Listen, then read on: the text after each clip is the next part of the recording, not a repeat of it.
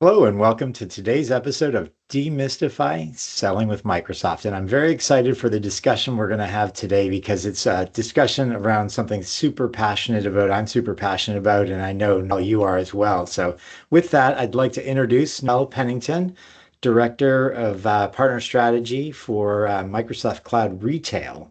So Noel, welcome. Yeah, thank you for having me. Always very excited to talk about what we can do with partners. I know that working with Microsoft can be fun, interesting, and difficult at times. And so, one of the things we try to do is sort of demystify that, like you had talked about, and how we can basically make it so it's easier for partners as they basically go into our ecosystem. And look, from incentives to specialization to certifications, they seem complex, but I'm sure organizations like yours can break that down a lot more easier. Yeah, no, I appreciate that. And I couldn't agree more. I mean, it's so complex and partners coming into it. There's a million things you could do, but I think that you and we had a chance to speak earlier, and we touched on some of those questions that we get all the time. I know I get, and I know you get, is like, how do I get leads from Microsoft, and how do I sell with the field, and all these great things. And I want to dive deep into that today. If you wouldn't mind, just take a minute, introduce yourself, kind of where you sit in the organization, the types of partners you work with, because I know you're very partner centric. Yes, Microsoft, as you know, is very partner centric. We have over 500,000 partners that we work with. And I don't work with all 500,000 partners. I'd love to be able to. Right. Yeah. And maybe, if I built a chat bot to do that, maybe I could sort of clone myself and do that. But, from my perspective, I do focus in on retail. Yeah. So my background is I've been in retail for 30 years. My mom actually owned a convenience store. She owned a liquor store. She owned a dress store. So I've been in retail since I was 14 years old. I just turned 60 last year. So I've been in this business for a long time, and I've had the opportunity to work with really great organizations, from organizations like Cognizant and Wipro, to an organization called Demon out of London, to working with AWS and now Microsoft. And I've enjoyed my journey all the way through. But from a standpoint of what I do at Microsoft, I focus in on our top partners and sort of what they do from a scale motion. So that could be, how do they basically get certified? How do we do co-selling with them? How do we build pipeline? We can talk about events and events we go to, and kind of that whole gamut. But of course, the first question I always get is, how do I sell more with Microsoft? And that's always kind of a loaded question that we can kind of break out a little bit as we kind of talk through this. Yeah, I mean, I'd love to start there, Noel, because for me, that's customer or partners come and they're like, yes, I want to co-sell with Microsoft. I want to do more with Microsoft. I want leads from Microsoft. And to exactly what you said, is it's such a loaded question. I mean, it's like this big giant onion we need to peel back for exactly. Partners. So if we can start at the top, like, what does it mean in your mind to co-sell with Microsoft, just at the sort of 50,000 foot view, and then we can peel back from there. Sure. Yeah, so there are two ways to think about it: an ISV sort of function and an SI function, because they're completely different, right? ISV focuses on certification, making sure your application is working for Microsoft, making sure it's on Azure, those kind of pieces. The second piece is SIs, and those system integrators cross the gamut, right? So we have those large ones, those Avanads, Accentures, PwC. I can name just a plethora of those, but we also have local ISVs. And when you're really going to those geos, it's important to understand who is worked well from a localization piece. So for Europe, it can be companies like CGI or Plain Concepts. But I think the biggest thing is when people talk about co-sell, it's like, how do I basically go with Microsoft to get an opportunity in the system so that an industry advisor, and we can talk about what that is, or a seller, HEU or STU, so a technical seller or a seller, basically attach you to an opportunity and sell your solution, right? And so that the reason why that's such a loaded question is because there's so much behind that. A lot of times, so I get this question on LinkedIn a lot, and I get a lot of people that will message me and say, I want to co-sell with Microsoft. How do I get more leads? And so then it starts the question of, okay, are you an ISV or an SI? Because those are two distinct questions. Because if you're an ISV from a co-sell perspective, if you're on a different hyperscaler, the chances that I will be able to push your solutions are zero, because we want consumption on an Azure is an important piece, and that's what we look at when we talk about ISVs. So the first question I always ask from an ISV perspective is, which hyperscaler are you on? And many times, they go across multiple hyperscalers, which is fine, right? And then, of course, if you're an ISV, I'm asking, are you running a SaaS-based solution? Do you run a customer's tenant? Do you run your own tenant? And those lead to lots of different questions that, if you don't understand what those are as a partner, you need to understand what those are. Go look those up. Just use, Copilot or ChatGPT to understand what those are. Because it's always interesting, because someone will come to me and ask me how to co-sell more effectively with Microsoft. And when I talk about things like ACR, when I talk about things like, hyperscaling and where you sit from a hyperscaling perspective, what's your platform on? When they can't answer those questions, I don't really understand, you didn't do your homework before you had a conversation with me. Yeah. Right? You got to do your homework before you. Yeah, I mean, they have to be able to step into your shoes, and that's a big missed opportunity for partners, is not understanding what you need to be successful in your role. So I couldn't agree more. But sorry, go ahead. I didn't mean to. Yeah, so no, that's perfect, Rob. And so from my perspective, they'll come to us, and a lot of times horizontal. So there are two ways to think about it. The horizontal piece, you work across all of Microsoft, right? So you basically have an application, or you're an SI, and you can basically do anything from a standpoint of digital transformation to pieces around database. That's great. And again, that's that 500,000 that are available to us from a Microsoft perspective, and to, of course, our customers. Yeah. The second piece is, when you think about it from an industry perspective, Microsoft continues to focus on industry and industry solutions. So IP that sits within that. So what happens is, a partner will come to me and say, I want to work with you, and how can you basically help me co-sell? So the next question I ask is, are you on Azure? Yes. Okay, great. What's your consumption numbers look like? I don't know. Okay, well, you haven't done your homework. That's okay, because a lot of people don't know what those consumption numbers are. It's okay. Yeah. I can go find those. And then the next question is, do you have an IP solution that basically is focused in on the industry that I work in? Now, my team works on healthcare, financial services, manufacturing, so forth and so on. So, if you're in those other ones, I can sort of lead you to the right person to talk to. But then the next question becomes, once they tell me, yes, I have an IP solution, great. Do you have a customer success story on that? What is the technology behind that? So again, that co-sell question could lead into another hour or two conversation to talk about sort of what they're doing, right? Does that make sense, Rob? It does. It does. And it's like, if I'm hearing you right, it's really, you go down through this checklist of things like, one, where do you live? Is your offer on Azure? Yes, great. Then I can go to the next level with you. Okay, where are you consuming your ACR from? And if you don't know what ACR is, that's a telling sign right there. But yes, does your application or your service live in your tenant, in the customer tenant? Is it, just making sure they understand that. And to your point, I do agree that not all partners have the visibility or understand how to capture the visibility of consumption, but it is something that they need to be aware of it, and that if they do check those boxes, and that they do play in the, say in your case, in the retail space, then that's an opportunity to potentially move the discussion a little further.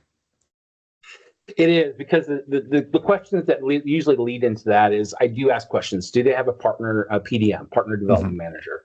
Yeah. And Rob, I'm not going to go through all the detail of what that is. No. But that's a telling piece, right? And I'm sure, Rob, people can reach out to you, and you can explain to them sort of what that is.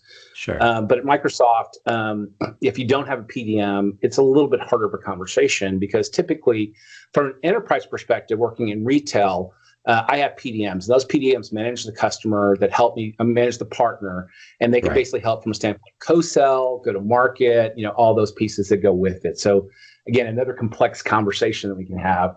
And then of course that question leads in, well, how do I get a PDM? So, okay, so we look at your ACR. It is not an insignificant process. Yeah. And it's one of those things where, just like everybody else, we are working in a world that is driven by figuring out how to basically have AI help us from that perspective. But we have a limited number of people that basically can manage our partners. So we have to basically look at our partners very effectively and see, how are they co-selling with us? What does their ACR look like? So as an example, someone came to me the other day and they're saying, oh, well, we do, I don't know, let's say they do $100 million. I'm just using just basic numbers. Sure. Yeah. $100 million with us, on the horizontal side. Yeah, that's significant from a standpoint of working with Microsoft. But then they'll ask them this next question. Well, what do you do in retail? They can't answer that question many times. And, I know the partners that exist. And from a standpoint of what I know probably the top 100 partners we work with. I know what they do. I know how they function, because I've been in retail for 25 years. So if they tell me I'm a CDP, I know what that means. If they tell me I'm a PIM, I know what that means. And I can understand the functions behind that. Because once they say, okay, we're doing significant ACR in retail, the follow-up question is, how are you utilizing AI? So there's a in my mind, because I've been here 4 years, there's a path that I go down to quickly understand, like, okay, if you don't have an AI application and you're not, let's say, leveraging Copilot or Fabric or Foundry, what are you doing? So that leads to another set of questions of, if you've got a solution that's sort of maybe AI first, that's great. So what does that look like? Does it line up into our into how we're selling in our solutions? Does it, how is the market sort of looking at it? Because it kind of feels like, the .com again, in the 2000s. Oh yeah. It's like everybody said, oh, I have a website, and, someone would hand them like $75 million, right? And doesn't it feel that way a little bit now from an AI perspective? Oh my goodness. That, you have, it's like, I got a working prototype. I built something in Claude the other day. It took me 20 minutes, and I was like, oh, that would have taken me like, I don't know, probably 6 months to do. And it's amazing the speed of what can happen. But a lot of these companies, we're going to also ask the question, as we go down this path, do you have a customer success story? It doesn't necessarily have to be publicly offered, which is the case with many organizations. So if you're doing work with a Walmart or Target or someone along those lines, they typically do not want to give you, public reference, right? For many reasons. But if you do have a public reference, it's also, just from that perspective, there are ways that we can basically surface that, not only from a standpoint of, let's say you're not managed with us, but you have a really good use case or customer story. We can put that on our website and direct people to your website, so it's more amplification for you. Yeah. Well, there's a few things I want to just double click on real quick and to make sure I heard you right. Was one, when you work in this sort of industry vertical, and in your case the retail vertical, but you have peers, and what I heard from you is that when a partner comes to talk to you, it's really important that they understand how to work in that industry. It's not just a jack of all trades. Oh, I do this for them, I could do it for these people. It's really understanding that they know the problems of that industry. They understand the mentality of that industry and how they think. So that's very important to you, if I heard you right. Yes. Yeah. It is absolutely the most critical thing, because if you have a solution, so everybody talks about digital transformation, and digital transformation is very distinctive from the standpoint of talking about it from healthcare to talking about it in retail, right?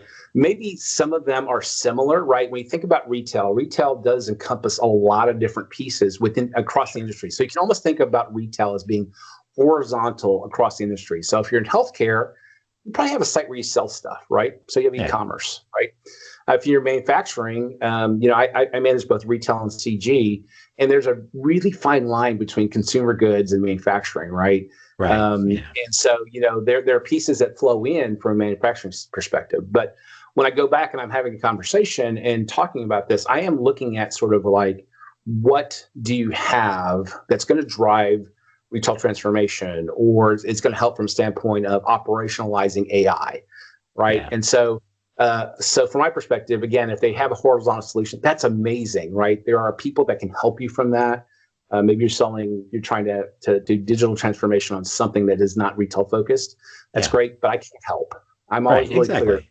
Yeah. Yeah, I can't help with that. What I can help is if you're a partner that maybe for some reason we're not seeing, or maybe what you're working with a different hyperscaler and you want to come to Azure and figure out how to hyperscale with us, Yeah. we definitely can have a conversation about that, because there are other programs, ISV Success, Right. our Right. startup piece, Pegasus. I mean, Rob, we could have an entire conversation about Pegasus.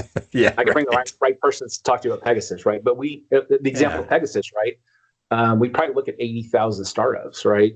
The number's really large. Maybe but there are startups and they are verticalized, right? So there's a Yeah. guy that focuses on retail and healthcare and so forth. Yeah. But No. if you're a startup, Microsoft is a great place to also consider. But again, we look at a lot of startups, and we typically pick 12 or 15. Right. Yeah. So Yeah. No, much it's smaller. definitely, yeah, they're moving fast. But the other big thing I heard from you, Noel, is that, and I couldn't agree more with you here, is that if you're not leading with AI and having AI in every conversation, you're not talking about, and I'm not saying talk about trying to sell a Copilot license here. I'm talking about Yeah, leveraging AI to change how you do business, to really rethink what you're doing and how you're doing it.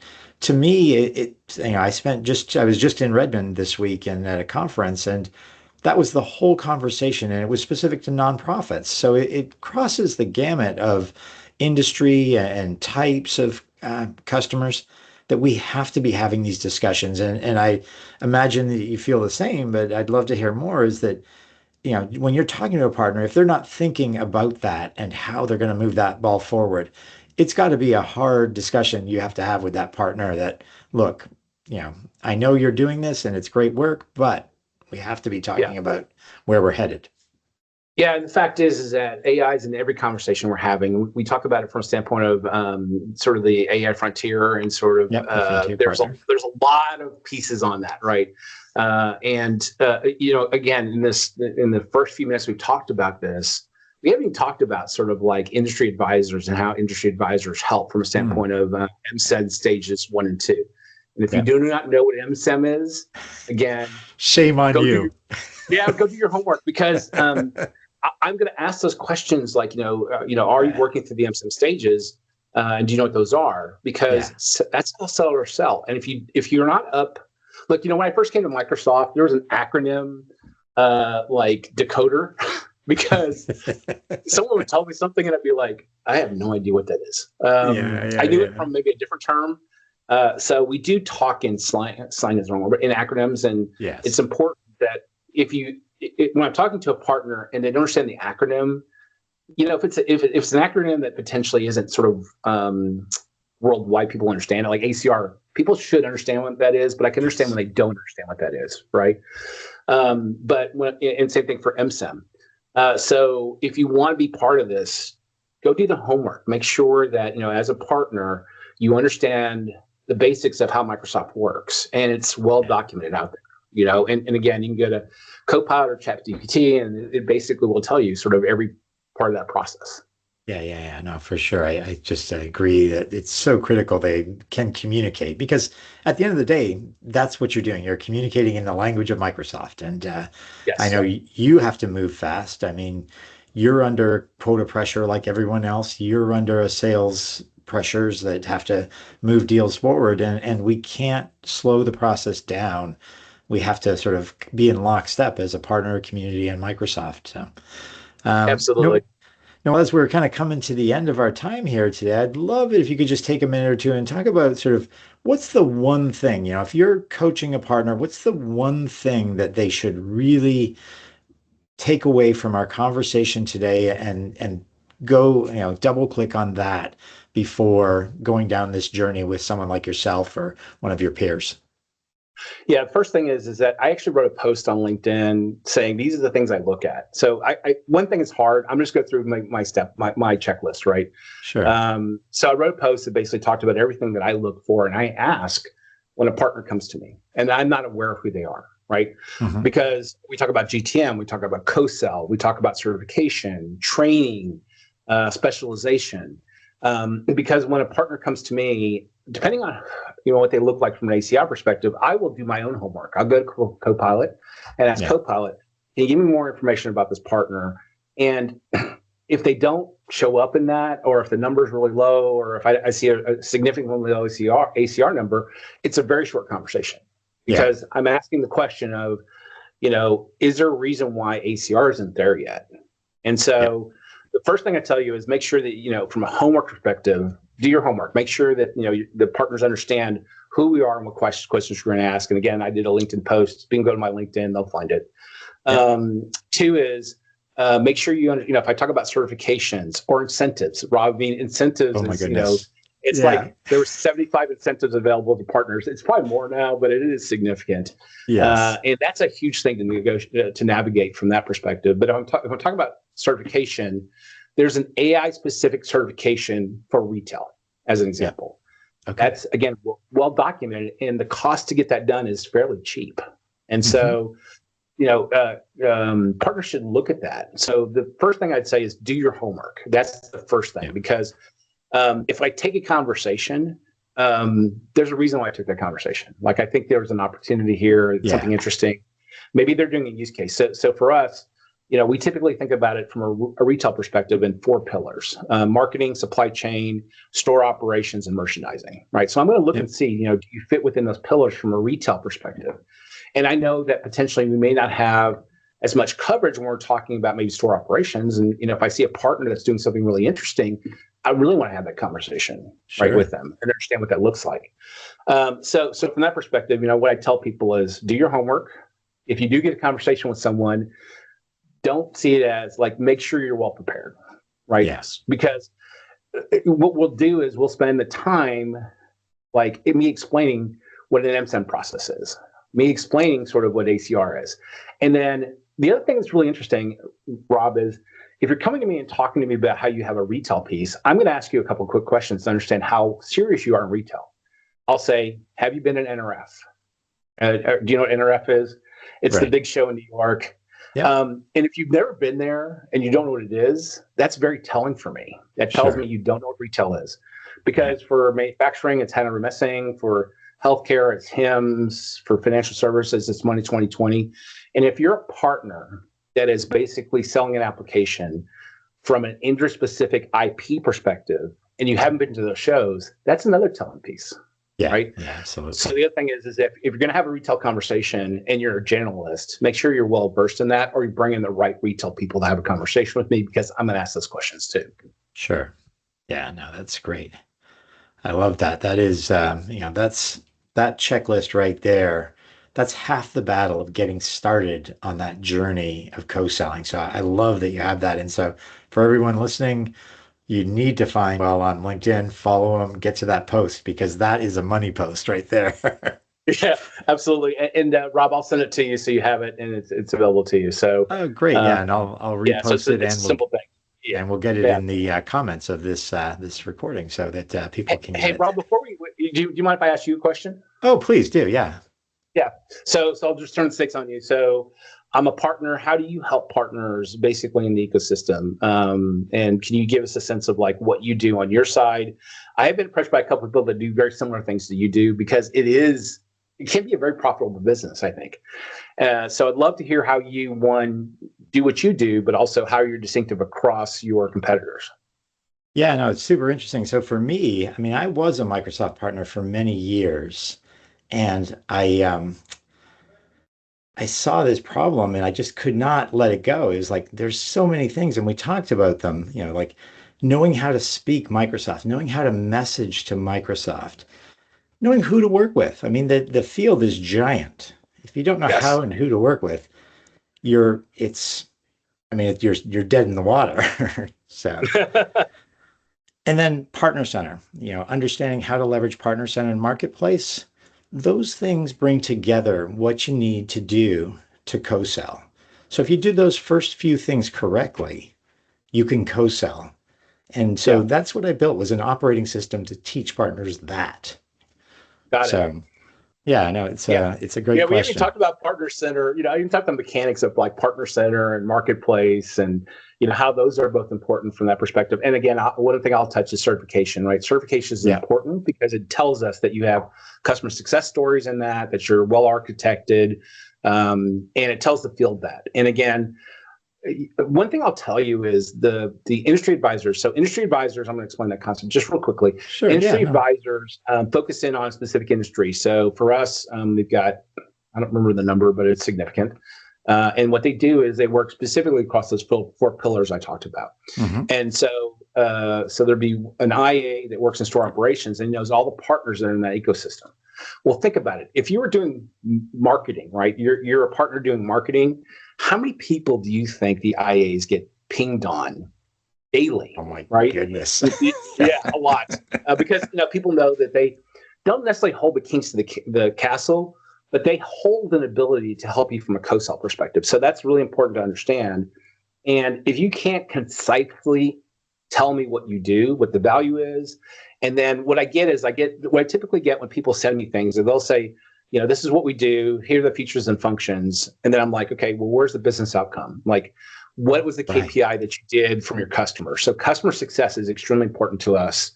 And the more that you have that, the better it looks and the better it is from an IA perspective, our industry advisors, to Yeah. really understand how you deliver to the value to their customer. Yeah, absolutely. And that's part of what I try and achieve with every partner I work with is create that operating system, that sort of operations layer where they do all of those things. It's checking the boxes as they're going along. So it's not just, hey, go clean up Partner Center. It's not just this one thing. It's a system to work with Microsoft. And to your point, you're going to ask a lot of different questions across a lot of different areas.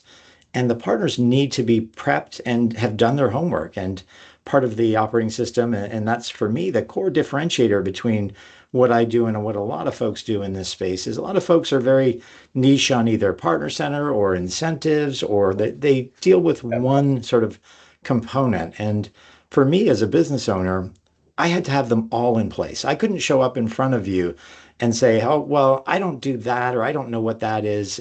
No, you need to know that to show you, Microsoft, hey, I've got my stuff together. I know what I'm doing. I know how to move this customer through the MSEM journey. I've learned how to shorten the sales cycle to get to ACR faster.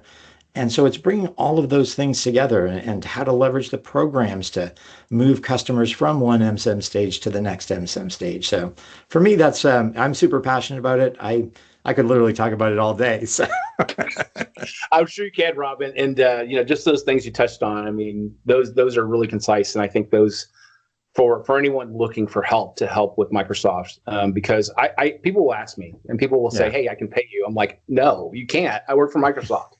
Like a little bit of conflict of interest there, and I try yeah, to stay very very transparent with our partners. I'll tell you, yes, I can help you, or no, I can't help you. I'm always right. happy to have a conversation. But I do, because I get it pinged a lot, I'm very sort of like, okay, can you tell me these four things? And I'll send it an email. Because I do Yeah. have it as a template I save, and I basically just copy paste and then there it Copy is. paste. Here you go. Yeah. But Rob, one of the things you talk about has been great. And so for our partners that are looking for help, it's great for me to push another sort of company that can help them in their journey. Well, no, thank you for that, and thank you for spending time with us today.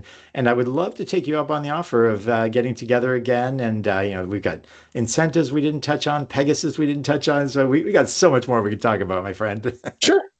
I'd be That'd be happy to do great. that. So Rob, if you want to follow up in a couple of weeks, happy to have more conversations. And if there's anything that anybody needs, of course, I'm on LinkedIn. I'm like the first person that comes up when you type in. Nice. So Well, yeah, that's yeah. the So that's it's the easy to find. takeaway for today is get the learn your homework or do your homework and follow Mel on LinkedIn. Those are the two things that I'm going to leave everybody with. So with that, thank you very much, Noel, and thank you for joining us today. We'll talk to everyone soon.